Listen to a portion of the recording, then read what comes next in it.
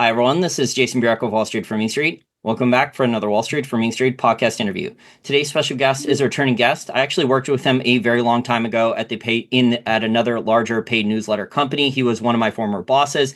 He has been writing paid newsletters since the 1980s very successfully. His newsletters include Dividend Stocks, a utility investor newsletter, which is what we want to talk about today with electrical utilities and this emerging long-term growth story with nuclear power and next generation data centers and big tech spending tens of billions of dollars of capital expenditure per quarter on investing into this stuff for artificial intelligence and the next generation data centers. He also works with my friend Elliot Gu over at the Energy Income Advisor, where he's founder and chief analyst. Roger Conrad, thank you for joining me. Hey, thanks for having me. So, Roger, we're recording this interview, like I said, on Friday, November 8th, 2024. I want to ask you first, before we start talking about this growth story for electrical utilities, the baseline for these electrical utility companies. So normally when people buy these electrical utility companies, are they buying them for like safe dividends, kind of like a bond substitute?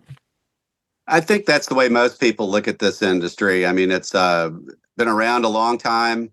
The model has proven itself, and there are a lot of dividends are a big part of that. So that's kind of the bird of the hand in terms of investing to get a dividend that's growing over time that you can count on, that's reliable.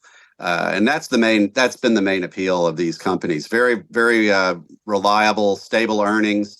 And even when they make bad mistakes or things happen to them like wildfires, for example, the utility out in Hawaii, they tend to recover from those. In fact, and there are other factors as well, because the business model is so established and companies are very similar. You've really never had an unsuccessful merger between utility companies. So yeah, that reliability theme is all over it. And that's traditionally why people have been buying utilities, and you see them rally when people want more safety, and maybe sell off when people get a little bit more aggressive.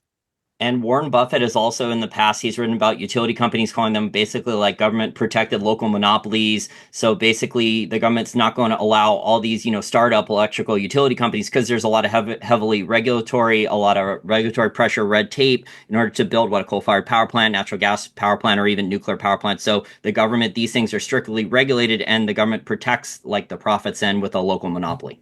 Yeah, that's right. I mean, scale really is a huge advantage, and Warren Buffett is actually a practitioner of that. His Berkshire Hathaway owns one of the larger utilities in the country after making a series of acquisitions, and particularly in the Rocky Mountain states and so on. So companies get bigger, they're actually able to become more efficient. So that's not always true of most industries, as you know. I mean, a lot of times companies try to come together and it's a disaster for both parties. But in the case of utilities, scaling up, and of course, scaling up means cost advantages in terms of cost of capital, in terms of being able to procure various components, just steel, for example. And the larger companies the easier it is to do that. So, there's some pretty serious barriers to entry. And we have had different periods of time where there have been upstarts. For example, most recently would be the rooftop solar companies, and there was a theme in that, in particularly in the media, and it would be a very attractive story, of course, because Americans like to pull for the underdog. But the thesis was that utilities would be in a death spiral. People would put solar panels on their roof. The utility would have to bear the rest of the costs to the other customers. That would encourage more customers to leave and so on. But the only death spiral that we've seen has been actually in those solar companies. And in fact, SunPower just went bankrupt, sold off all their assets. They were the real gold standard of this sector. I mean, even to the extent that the former CEO of SunPower addressed an Edison Electric Institute meeting that I was attending, and he was a celebrity there, and he made a lot of bold statements. So it's I think, but again, this is just another illustration of why this industry favors larger companies, and that's where market power continues to go to. And again, that's barriers to entry, and it really does feed into that reliability and safety and all that kind of theme of utilities. And also, as like the solar panel costs fall down, the manufacturers they go bankrupt. The Chinese companies are producing them at a lower cost, and there's what protectionism and tariffs. But then the electrical utility companies, if the prices are falling on the solar panels, it's going to be cheaper for them to upgrade into new technology and build solar farms and wind farms going forward as like additional diversification. Then. Yeah, absolutely. A lot has been, we've just had an election and a lot of people have been talking about, and you can see what's happened to a lot of these stocks taking hits because, of course, the president-elect has been kind of vocal some at times about various issues and renewable energy and so forth. But, again, the cost of solar panels has really come down hard. And if you look at what companies have been are planning, utilities are planning, there's a lot of solar going up, and those low costs really play into their hands. Well, let me just say that Trump has said he's not anti-solar panel. Excuse me. He has said that he's not anti-solar panels. He just said he doesn't want to subsidize them. So he'll put tariffs maybe on Chinese ones, but he's not going to block solar. He just doesn't want to, fund it with tens of billions or hundreds of billions of dollars in subsidies.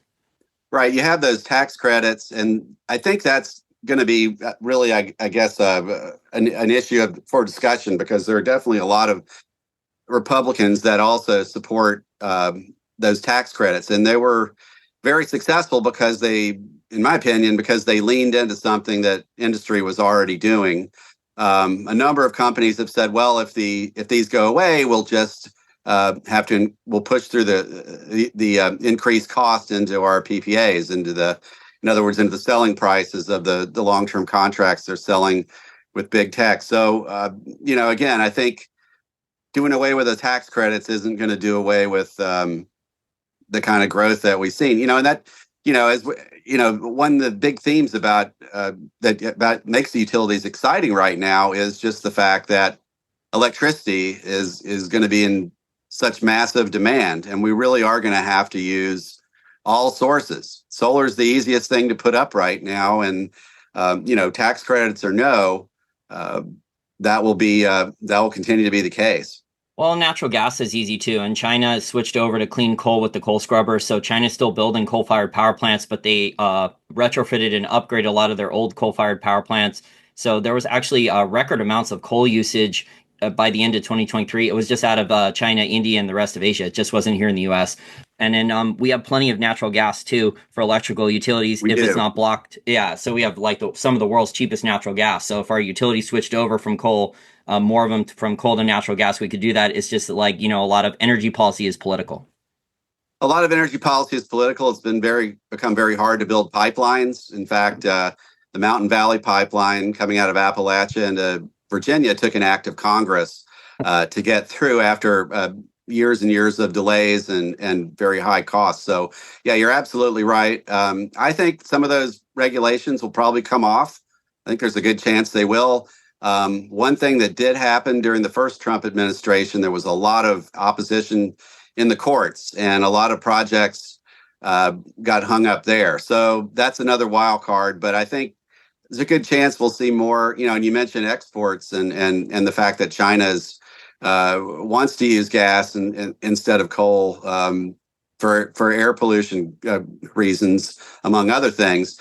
I do think there's a good chance we'll see that blockage of LNG, or liquefied natural gas exports facilities. Well, I think we're going to see a lot more licenses and a lot more facilities go up.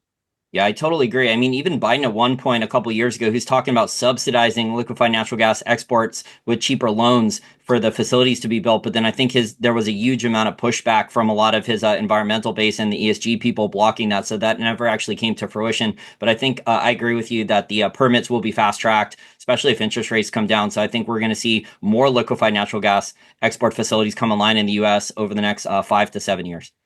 Yeah, and electric utilities are switching to gas in a big way. And in fact, if you look at places where demand is expected to be extremely robust, like Virginia, for example, which is home to the majority of data centers. The utility Dominion Energy just put in an IRP, integrated resource plan, for long-term use, and it's very heavy on gas, also on solar, and they have been building offshore wind. But gas is a very big part of the utility mix, and I think that's another reason to be positive on utilities, because I think maybe some of these regulations going away, it becomes a little bit cheaper, and they have a little bit more flexibility in terms of reaching some of these targets that they wish that they want to make. One of the things that was really powering, in fact, a lot of the renewable energy was the fact that gas was so cheap, so companies were really cutting costs by switching over.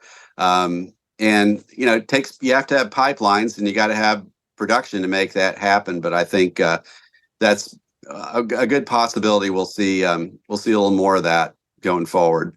And for our listeners out there, Roger lives in Northern Virginia with me. So our main electrical utility company is Dominion Energy. So we're pretty familiar with it. I don't know if you saw, but in December, they put out some data showing that the data centers here already in Northern Virginia and the state of Virginia, they already account for 20% of the annual electricity usage. And that's not even counting all the data centers that are being planned by big tech going forward. Yeah, it's pretty phenomenal. And I've been going through a lot of utility earnings this past week. And guidance, and you see these kinds of projections in other places where there haven't been data centers. Perhaps companies saying, "Well, we're going to be doubling actually the percentage of the electricity we produce, sending it to these data centers." I mean, there's some data from the International Energy Agency regarding the United States, and in 2020, about 1.5% of U.S. demand was from data centers. By 2022, that was up to 4%, and by 2030, it's expected to get between 8 and 10%. This is so that's a 10x then. So that's a 10x then in how many years? Yeah, it's in 10 years perhaps. Pretty amazing, and again, that's the percentage. So this is a percentage of a growing pie, because we're using more electricity for a lot of things right now. Actually, there's reshoring going on, talking about tariffs and so forth. A lot of companies are bringing operations to the United States, ironically also in solar panel manufacturers and semiconductor manufacturers and so on. So that's really starting to jack up industrial demand in a lot of parts of the country. Down the Gulf Coast, a company called Entergy, and that stock has been very hot recently because they've been providing more details about industrial demand there. So a lot of different, and then of course electric vehicles. I mean, they may have a little bit less favorable subsidy regime going forward. That's possible, although Elon Musk does apparently have Donald Trump's ear. So as the national champion of the American auto industry, and the only American auto company, new major American auto company in the last 100 years. So there are a lot of wild cards. I just think that the main theme, if there's one thing that is true, then we can count on from an investment point of view as well as a consumer, and that's just the fact that we are going to have a lot more energy demand, and we're going to need basically all these, pretty much every source. I mean, we're even going to, you look at a number of these coal plants that they're delaying the closing because simply the grid can't, the grid needs them. So same for nuclear, Roger. I mean, look at all the restarts the government's funding with the discounted loans to restart old nuclear power plants, and the nuclear power plant companies that have an expansion permit. I mean, big tech, the headlines the last 6 weeks with Microsoft and Amazon and Google and Meta. I mean, they're scrambling to try to locate some reliable, secure baseload electricity. Yeah, and that's a good segue, because this is another area where utilities, not every utility owns a nuclear plant now. There's been a tremendous consolidation really since the 1990s, when deregulation, and particularly in many states, the companies were actually forced to sell their their nuclear plants. But the companies that have, inherited these plants or purchased them, like Constellation Energy, it owns 21 reactors. Another company called Vistra that's been buying. Of course, Duke Energy, Southern Company, Dominion, they own quite a few of these plants as well. The efficiency rates have really gone through the roof in the last 30 years. The safety factor has improved a lot. It's basic scale economics. The companies can apply lessons at one plant to do preventive maintenance on others, and thereby shortening outage times, increasing general capacity rates. So nuclear power has had a very good economic case. There were a number of plants closed after Fukushima, and of course, it's been really hard to build anything new. But the operating plants have been a real major source. So that's one actual provision in the Inflation Reduction Act that will be up for review here is subsidies for current nuclear plants, and those are also very helpful for any company's economics who's looking to restart. So there's a number of these plants. We're kind of at the cusp here, I think. But I think if enough of these subsidies continue or are allowed to continue, I think we will see a lot of these plants, a number of not only plants extending licenses, but I think we'll see a number of these things opening. And you mentioned that co-location, I guess, is the real issue. That the current Federal Energy Regulatory Commission just recently issued a ruling that basically rejecting a contract for at an existing nuclear plant, that one that's running, the Susquehanna plant, which is owned by Talon Energy. They rejected that contract, but I think in terms of reopening these plants, it's hard to argue that it's going to be taking away from the rest of the grid. I mean, the rationale, the FERC's rationale was that by allowing the owner of the Susquehanna plant to essentially lock down a good bit of the output to a major tech company, Amazon, would be taking power off the grid. That was and they were worried about prices going up. I think this is something that you could see the new president reverse. But in the meantime, at least, I do think we'll see it probably does increase the impetus for companies to look at owners reopening some of these plants. And there's a number of them out there that companies are talking about reopening. So 3 Mile Island one already has a contract, and that's a Constellation plant. There's the Palisades plant in Michigan, and actually a company that specializes in retiring plants. A company called Holtec International is the owner of that one. I think they'll probably wind up reopening it and then selling it to another company. But it's pretty exciting. I think the one thing about new nuclear, and there's been a lot, people have talked a lot about that, and the SMRs or small modular reactors. Developers are very much afraid of costs. So I think we're going to have to see some sort of model, particularly for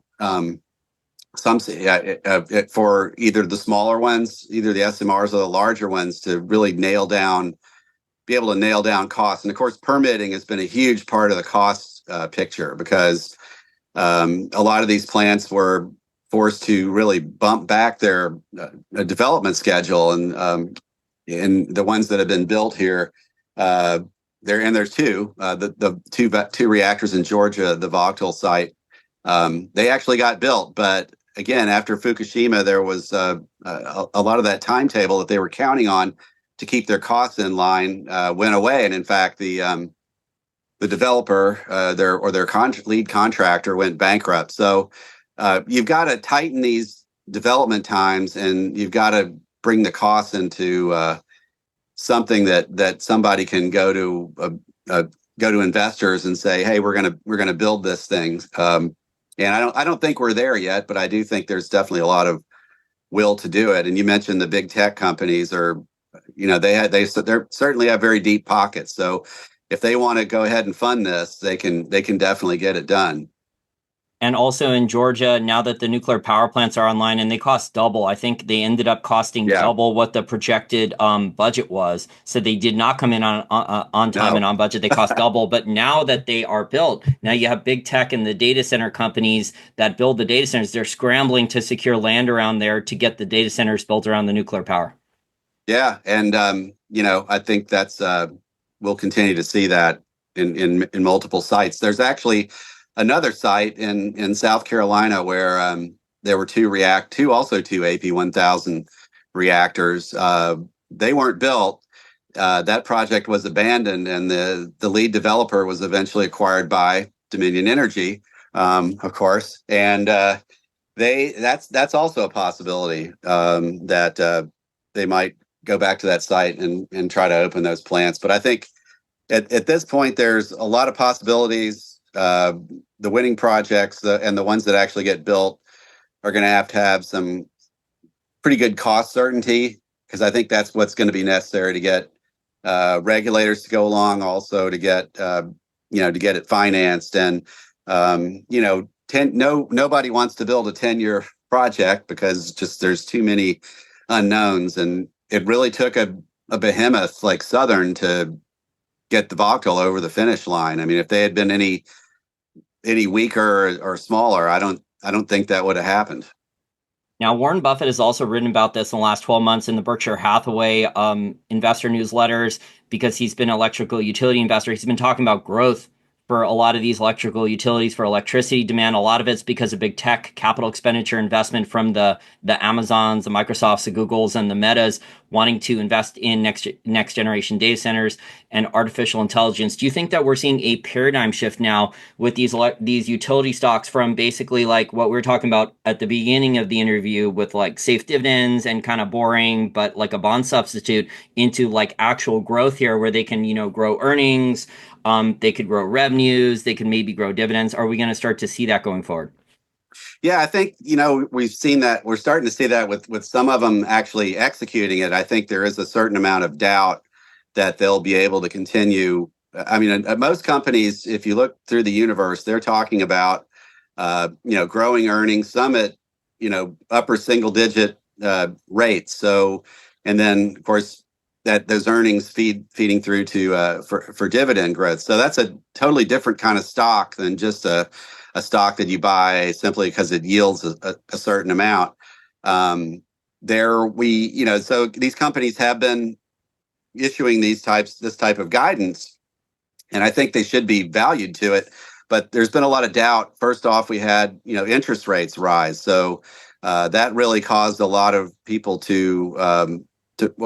these stocks came to be priced because on the theory that they would have to start scaling back their capital spending because of higher interest rates, and that didn't happen. And in fact, just going through this last batch of results when all these companies, a large number have actually really ramped up their capital spending plans for the next few years, and that's more things. Some of it's just things like transmission wires or making systems harder against fires with using smart grid technology, or covered conductors or bearing wires.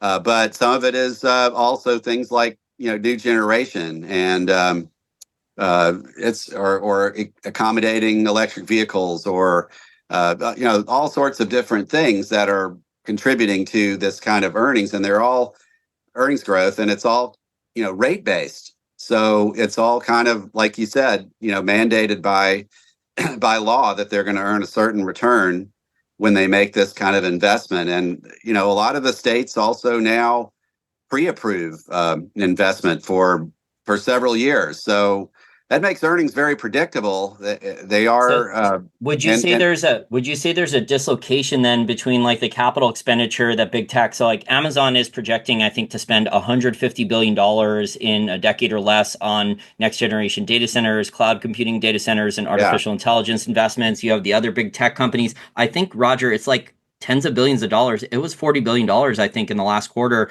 for Q2. I think that was a number that big tech collectively spent on capital expenditure. And Amazon said they're going to be ramping that up here in Northern Virginia going forward. So do you think then that as big tech starts to spend that more, that dislocation where the utility stocks are like lagging all this investment, that they're going to start to catch up? Yeah, and I think I think that's absolutely right. I mean, no one was even talking about utilities as having any kind of connection to AI earlier this year. We started to see a little bit more, talk about it. And in fact, in the earnings calls, the analysts have started asking about it, and so it's become a little bit more of an established theme. But I don't see it reflected in the stock prices at this point. Even some of the ones that are more, some of the larger ones like NextEra Energy that are, that tend to be like kind of a go-to utility stock if a large fund wants to own a utility. So I think that's all still to come. I also, by the way, think that midstream natural gas companies are have a real connection to the data center revolution. In fact, you see a number of large ones actually starting to make deals with the data centers themselves, or with the utilities that are owning facilities near them, or the power developers. So there's a lot of moving parts here, and I think a lot of groups that aren't getting credit for what you're going to for what's needed, because you're going to need a whole lot of energy to run these things, a whole lot of electricity. And you have to build you have to build the infrastructure and the power first. So before you start doing all the fancy software and all that, you have to make sure that the data center is built. You have to make sure that you have reliable baseload electricity generation with natural gas or nuclear power. And maybe you could have solar or wind as a backup, but there's not reliable baseload then. Yeah, I mean, it is true that a lot of tech companies are contracting a lot of solar and a lot of wind right now. I mean, they're pairing it with batteries and so forth. But yeah, I mean, I think at this point, at least, you've got to have, you got to have natural gas backing up your solar and so on, because these data centers are 24/7, right? So the sun goes down, and you don't have something feeding it, then so, and that's again the appeal of nuclear. I think I think that there's no perfect source of energy. I think there are different sources of energy work in certain situations better than others, and the more that industry has, or the people that have skin in the game, have the ability to make those decisions about what to use, the more efficient everything is going to be. But of course, as we know,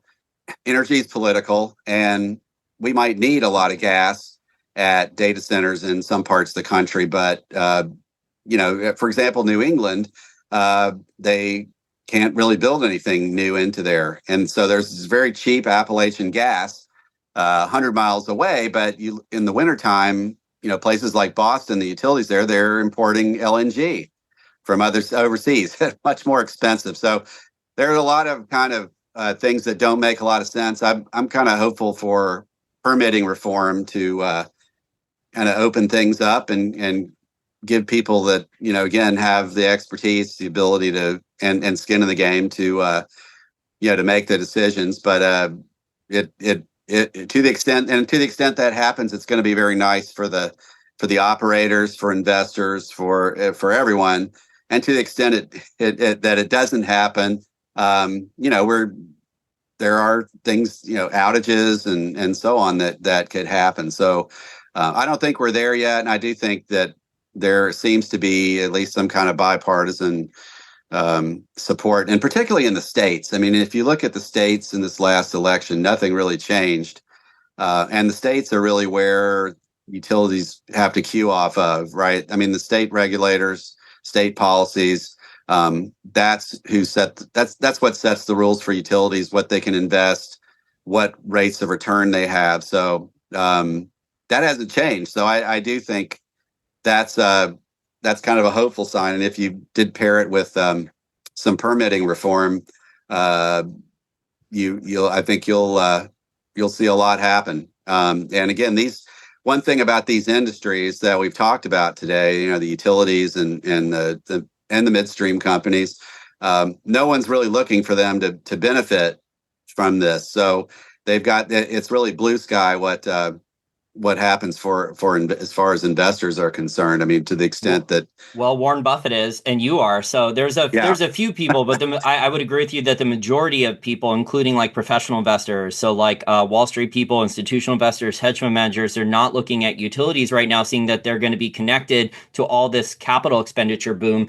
And we've seen similar yeah, capital expenditure booms. What from utility companies? You were telling me before we started recording in the 1990s with what fiber optic cables and laying the groundwork for the high speed internet in the future. So I think the market right now is very skeptical about all yeah, these capital expenditures that big tech is going to stop spending, but they don't seem, I mean, if you listen to what the right. technology companies, especially Amazon, because Amazon's the one spending like the most, I would say, they don't seem interested in wanting to cut back on spending massively. Yeah, I think this is really a kind of a race in terms of, and that's one difference with the '90s. I mean, I think this is developing the best AI and the best data collection and so on, and powering this all this computing power. It's a global race, so there's a lot of reason for people to support it. And it's not just governments. I mean, it's big tech companies trying to keep up with their rivals in other countries. China being a major, I guess the biggest rival right now. So yeah, I think it's definitely got legs, and again, they're gonna have to spend the money to make it happen, and we're gonna have to spend the money on companies. Are gonna have to spend the money on getting the electricity to run these facilities. I mean, I will say that any kind of boom like this that happens, it always does reach a logical extreme when people get very excited about it. But in this case, there's so much skepticism before it's even gotten off the ground. And again, these companies at the valuations they are, the AI boom could end tomorrow, and I think they'd still be in many cases very cheap.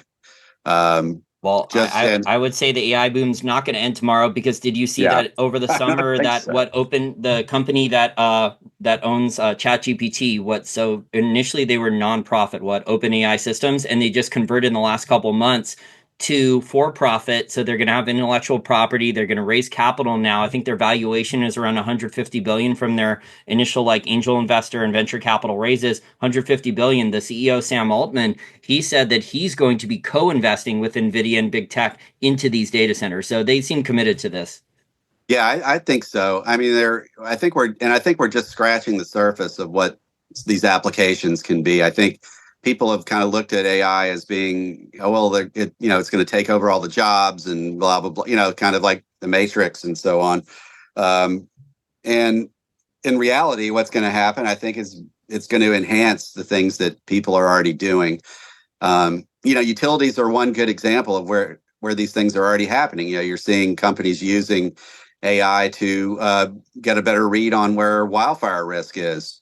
It's a huge issue in California, right, and all the way out, and out west. And this is something utilities are turning to as they continue to upgrade their sensors and so forth to collect more data, and they need to these AI systems can process it and make decisions very quickly. So there's all sorts of applications. I think we're all going to probably be every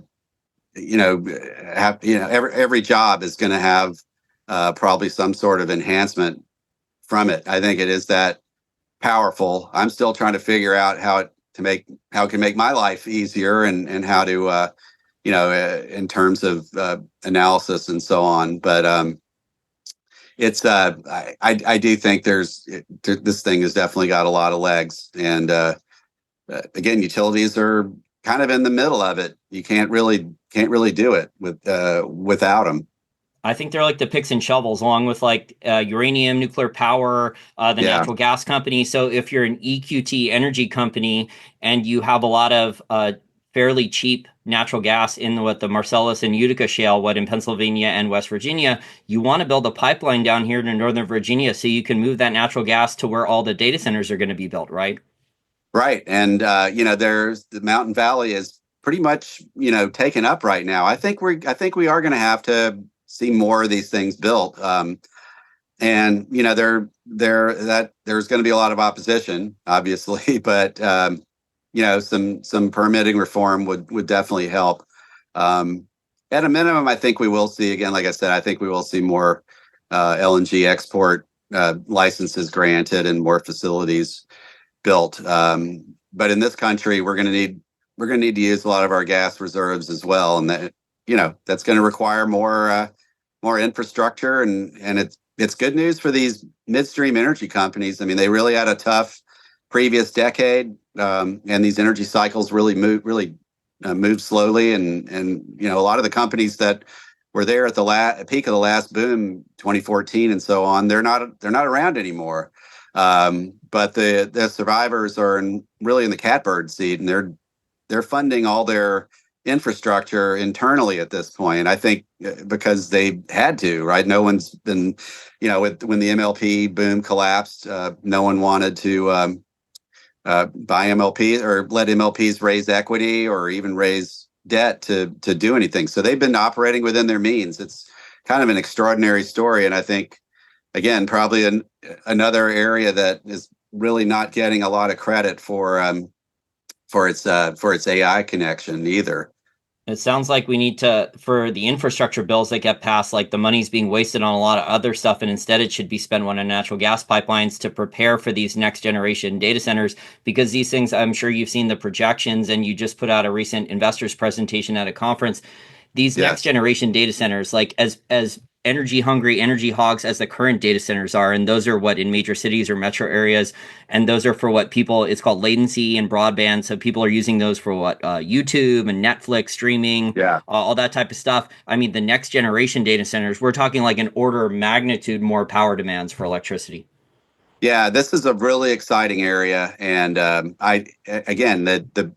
really great thing about it is people can buy stocks that are trading 9, 10, at most low teens multiples to earnings, yielding 3, 4, 5% some even more.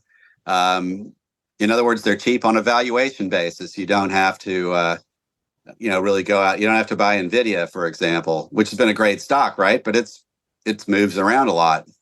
But you can, if you don't really want to, if you're more of a patient kind of long-term building kind of investor, accumulator, there are plenty of stocks that you can buy that will do that for you and tap into this really kind of generational trend. Yeah, so Roger's point here is that you don't have to go out and buy SMCI or ARM or NVIDIA. You can get exposure to this long-term trend, and the long-term trend is big tech. So big tech, if they're going to keep investing in the capital expenditure to build out the data centers and the infrastructure, the utility companies are going to be the beneficiaries. What is this similar to like the picks and shovels of a gold miner, someone who is selling what the jeans, the Levi Strauss jeans and the picks and shovels to the gold miners? Is it kind of like that? I think so. I mean, it's it's more, and it's also kind of, it's like that, except I guess it's as though you have to continue to refurbish. I mean, it's kind of an almost, I don't want to say annuity. But I mean, they do kind of have that with and companies are able to go and contract output, whether it's a solar farm or an old nuclear plant that now people are interested in. They're able to contract 10, 15 years out on very advantageous terms, many cases with inflation escalators and so on, and it's just locking in a revenue stream for many years, and that's there's no better foundation basis for growing a business. Do you think that Dominion Energy do they have the most exposure to these the current data centers and the future ones, or are there other utilities that you think are going to have more exposure to this trend in the data centers and the growth? Well, I mean, Northern Virginia is kind of, I guess, because of the proximity to the government, has been kind of where this is all kind of taken place, and so there's a lot of infrastructure here that helps. If you're gonna build, you can take advantage of scale. One thing that is not so favorable is transmission connects. That those have become a little bit more of a challenge, and Dominion this summer issued a statement to the effect that it would take several years if you build a data center here to get connect full grid connection. Now, that doesn't mean that companies aren't going to put them up here, And they're one of the advantages. There is a lot of natural gas infrastructure coming in. There's nuclear. Virginia is a very welcoming state in terms of investment, and that's held up through different political parties, administrations. We had a Democrat that was very supportive of Dominion. Now we have a Republican who's been very supportive. So pretty much regardless of what happens, it's a reliable environment. So Dominion is really well positioned to do that. But there are other parts of the country. There's in some cases, it's not that a whole bunch of data centers are coming there. It's that maybe one or two are, but it has a very huge incremental effect on that particular company in terms of demand, in terms of revenue, in terms of earnings. So there's a company called MDU Resources that not a lot of people have heard of. It's it's an acronym for Montana Dakota Utilities. At this point, it owns an electric utility there, and also a number of natural gas distribution utilities in the West, and a pipeline that feeds all those enterprises. But at this point, there are data centers that are locating out in that area, and so it hasn't had a traditionally very large load. But with these data centers coming in, pulling more electricity from, they do have a tremendous mandate to build the suit almost, I guess, for the tech companies. So that's the kind of situation I like to look for, when it really can make a big difference to earnings, that if data centers locate to that particular region. I think if you look at just a general rule, I think one of the keys to successfully investing in utilities is really keeping an eye on the regulatory environment. What state are they in? Are they on the same page with the regulators in the state? Is the state willing to give them maybe a higher allowed rate of return, knowing that they'll be able to raise capital cheaper, and or does the state believe in punishing the utility for various things, and thereby discouraging capital formation and investment in the state? And of course, in DC for many years, that was the thing about Potomac Electric. They were the more the District of Columbia punished the company for poor performance, the less they invested, so thereby guaranteeing even worse performance and more punishment. So a vicious cycle. These are things you have to watch out for in investing in these utilities. But I mean, if the government is politicians and bureaucrats are going to handcuff the utilities like that, it's going to be tough for the utilities to keep up with electricity demand growth that it looks like we're going to have over the next 5, 10, 15 years coming from big tech and the data centers. Yeah, I couldn't agree more. So in a lot of these states that have taken this restrictive approach, they're probably going to get fewer data centers. So in any case, but again, states where they're supportive of the utility, that's where and of the and thereby of data centers coming in, that'll be the place to look. Now, for electrical utility companies for dividend growth, do these companies normally grow their dividends every year a decent amount, or are they inconsistent because of the capital allocation restraints that you said? It depends on the company entirely. I mean, if you look at like NextEra Energy, they've been increasing their dividend 10% a year. So pretty outstanding. Of course, they're based in Florida, so they're very much on the same page with the regulator. They're also they're the largest wind and solar power producer around the country, so they've been very savvy about that. They're also own merchant nuclear power plants, and they may reopen one in Iowa. So they've kind of got their hands in everything. They're located in a good place, and they're growing, and so they're supporting that 10% dividend growth. Other places, utilities, say in Oklahoma, things have been a little bit slower there, so they've slowed down their dividend growth. That's more around, it's almost kind of token, it's like 1%. I would say that the typical utility is probably going to be growing its dividend at a mid-single digit percentage rate. So if they're growing their earnings 6 to 8%, they're going to grow their dividend, between 4 and 6%.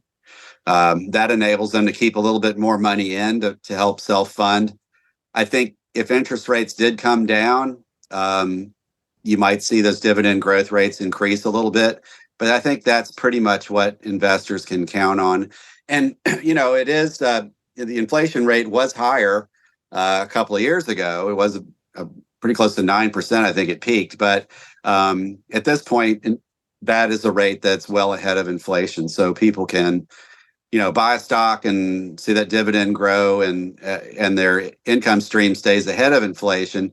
It's also true that utility stocks over longer periods of time will rise in tandem with as their dividend grows. So that kind of gives you an additional bonus.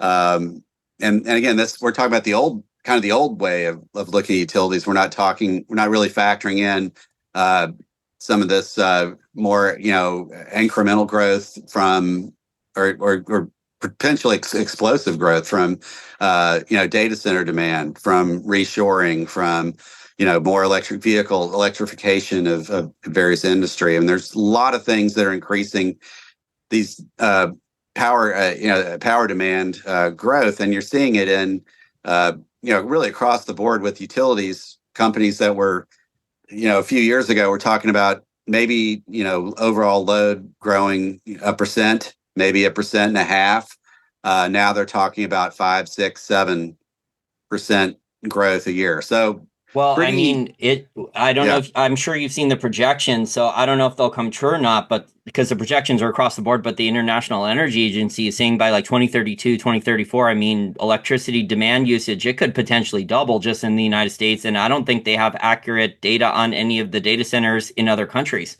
Yeah, I don't think they do either.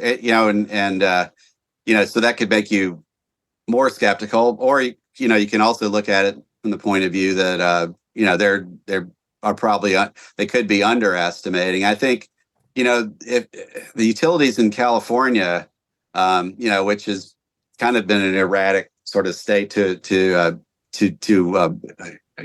invest in, but they're talking about basically electrifying everything, and then thereby cutting people's overall energy bills by doing that. So like the electricity bill would go up, but by not using gasoline and heating oil and so forth, or propane, then your overall bill would go down. So that's something the CEO, Pedro Pizarro of Edison International, which owns Southern California Edison, that's kind of his vision.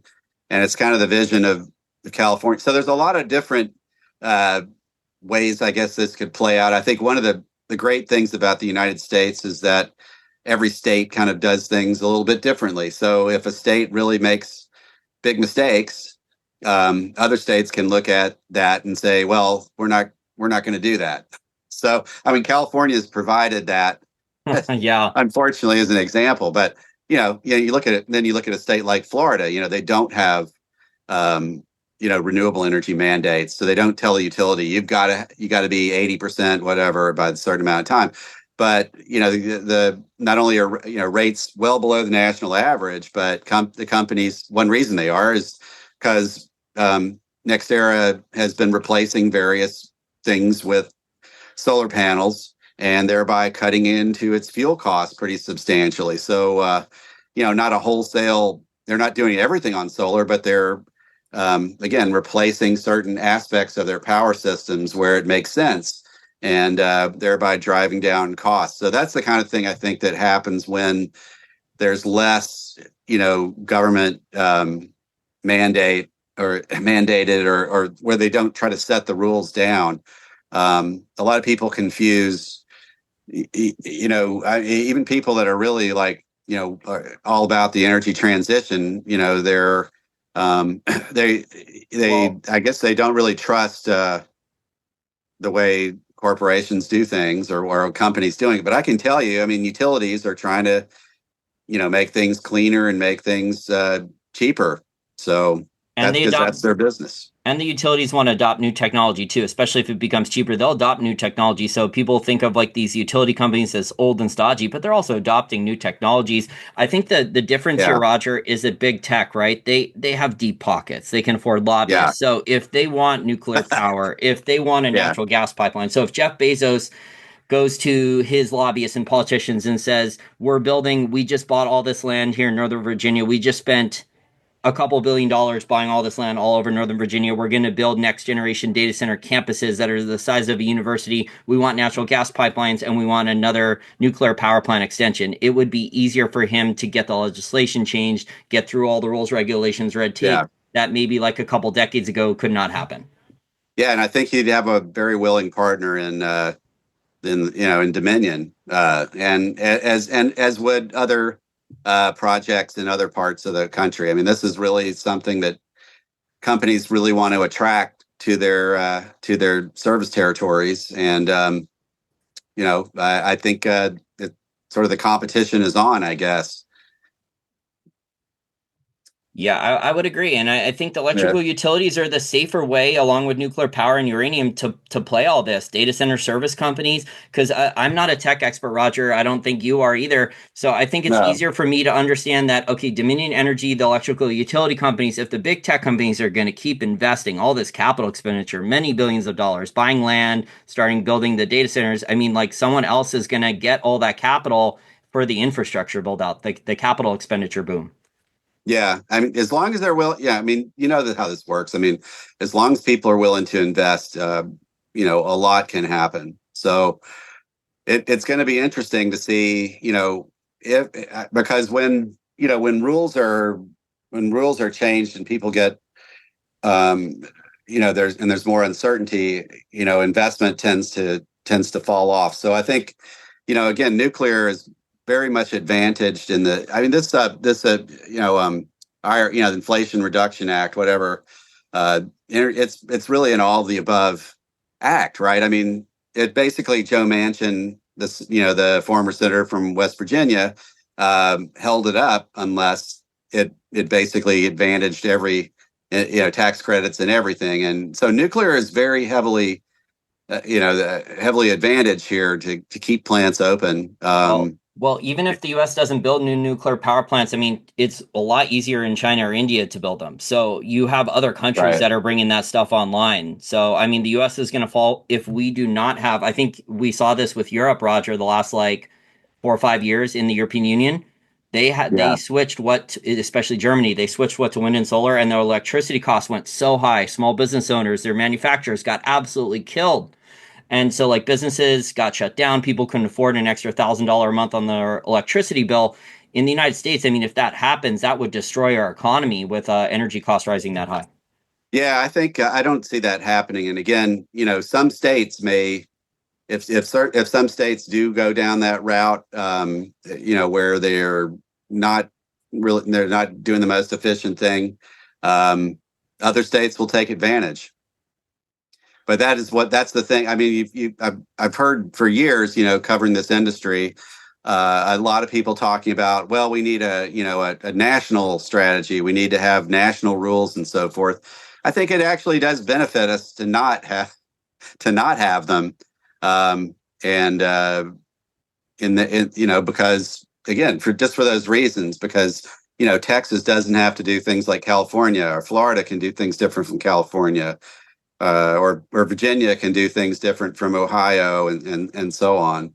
Um, it really works to our advantage, I think, Well, I particularly really in go. sorry, yeah, particularly in complex areas like this. There have been attempts to really make things simple and say, well, this source of energy is better because it's LCOE, or long term, levelized cost of energy, which is supposed to have include all the costs of a project, from when it's built to when it's retired, and they say, well, solar has a lower LCOE, or offshore wind has a lower LCOE, or natural gas, but that LCOE is highly variable, and variable depending on the project, depending on the permitting, depending on where it's sited. where it was contracted. So it's again, There's it's There's a yeah. lot of hidden environmental costs too with wind and solar. I mean, rare earths mining in China and the whole rare earths value chain. I mean, there's a ton of environmental waste, like with radioactivity, with the rare earths, separating them out using toxic chemicals. I mean, like the average environmentalist doesn't talk about any of that stuff when they're talking about how great wind and solar is. Like literally, like mining the stuff is destroys the air, water, and soil around the mines. There's a lot. I would say every energy source has got its challenges. Oh yeah, I Um, agree. Yeah, I agree. and That's the and issue. you yeah There's no silver bullet or perfect yeah panacea. Everything it's like trade-offs. So like it's got to nuclear be power. all the above. Yeah. Yeah, I mean Sorry. if you build a nuclear power plant, once it's online and it's running, you have cheap, stable baseload electricity. The problem is it's super expensive and it takes many years to build one here in the United States.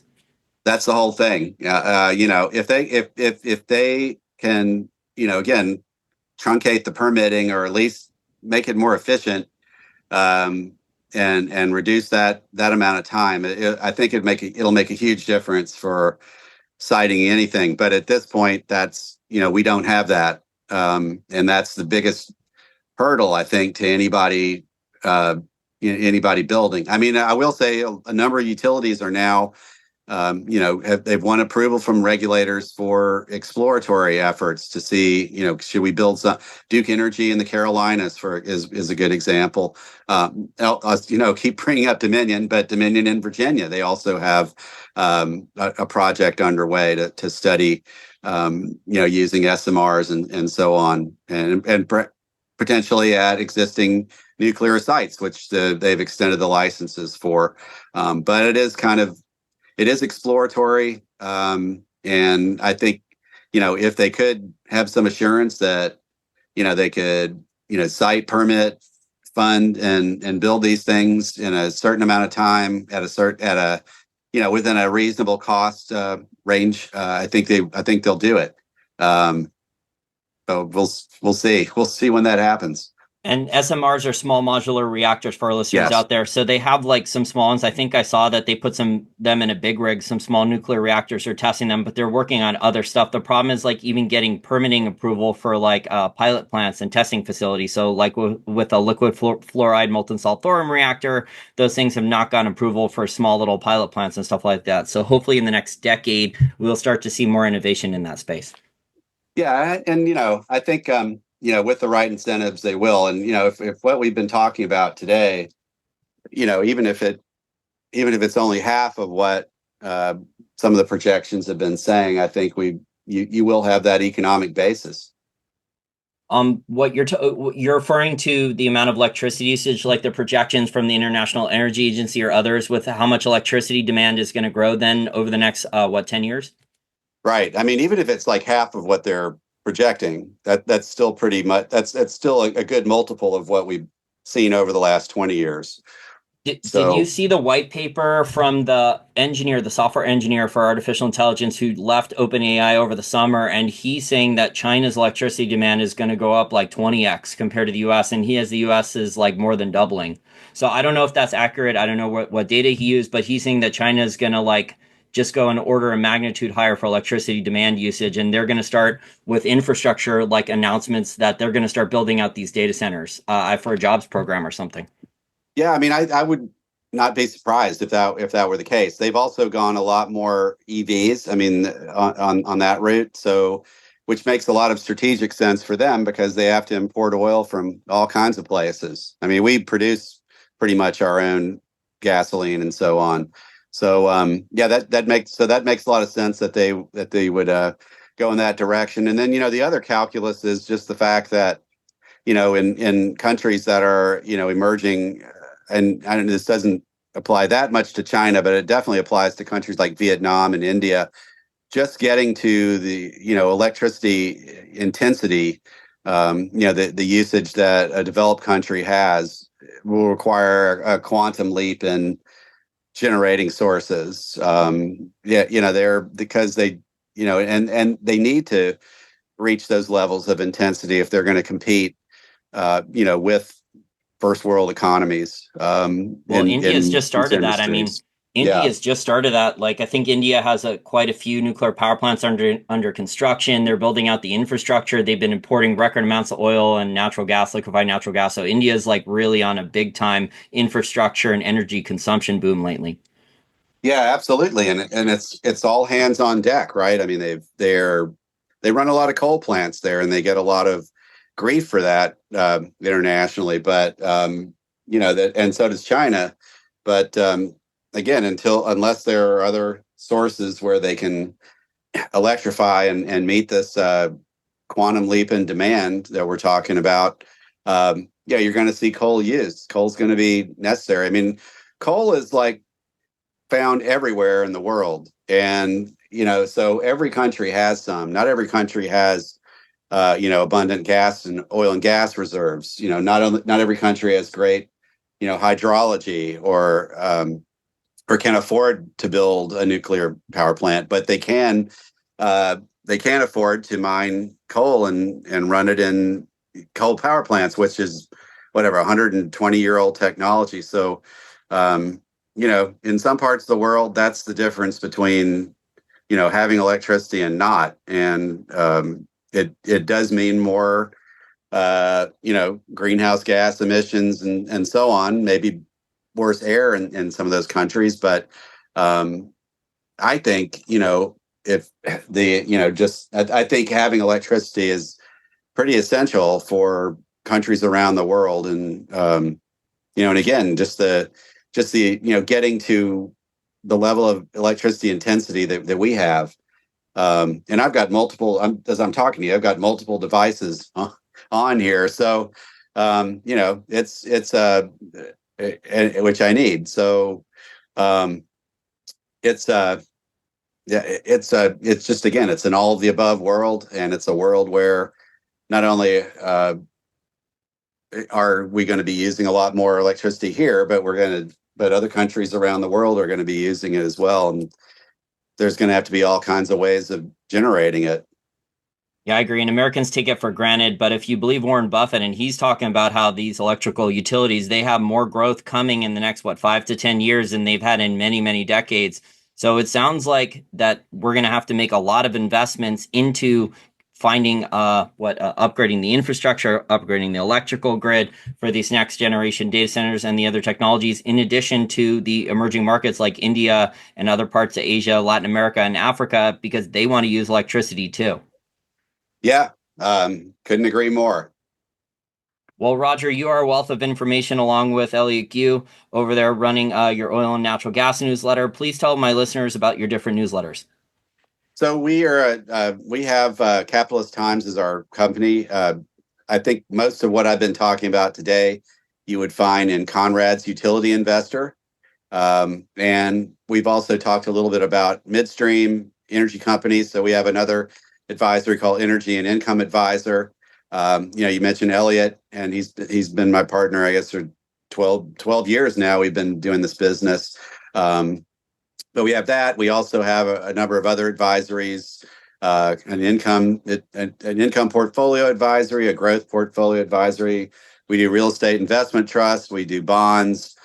So we do a lot of different things. Elliot and I are also now doing pieces on Substack.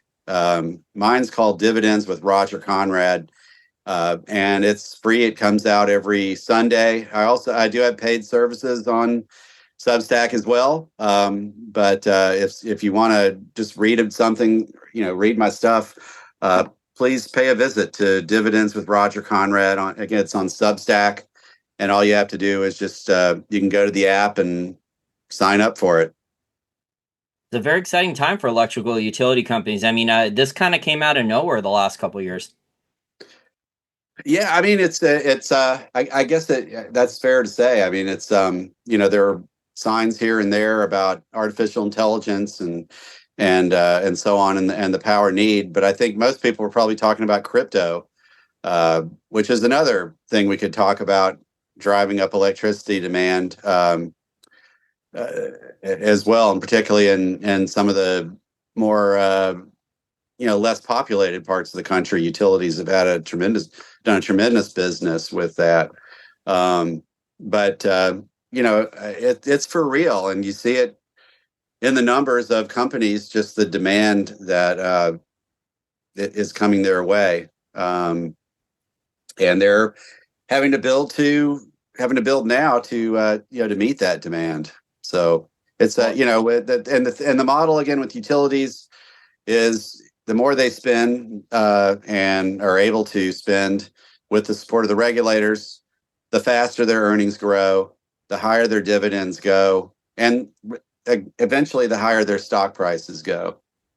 Very good. Well, thank you again for your time. I really appreciate it. I think my listeners are going to get a lot out of this discussion. Oh, well, thank you. It's always fun to chat. So I appreciate you getting a hold of me, and let's talk again sometime.